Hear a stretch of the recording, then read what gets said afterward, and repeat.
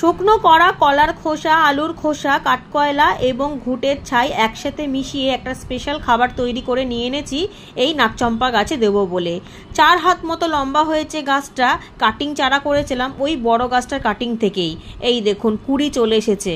এতদিন পর্যন্ত কোনো খাবারই দিইনি, শুধুমাত্র মাটি বালিতে একটা ডাল পুঁতে রেখে দিয়েছিলাম।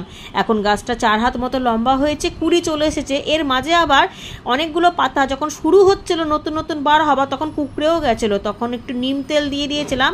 ওপরের পাতা কিন্তু এবার খুব ফ্রেশ বেরাচ্ছে, আর সেখান থেকেই আবার নতুন করে কুড়িও দেখা দিচ্ছে। অন্যান্য গাছের তুলনায় ফুল গাছের চাহিদা অনেকটাই বেশি। সব ফুল গাছ সব রকম খাবার একেবারেই পছন্দ করে না। মাটিতে একটুখানি কাঠের ছাই দিলাম, আর ওই যে স্পেশাল খাবারটা বানিয়ে এনেছিলাম সেই স্পেশাল খাবারটা কিন্তু দিয়ে দিলাম গাছের গোড়াতে 2 চামচ মতো। এই দেখুন কাঠকয়লার গুঁড়ো আর এদিকে কাঠকয়লার ছাইগুলো দিয়ে তৈরি করা স্পেশাল খাবার।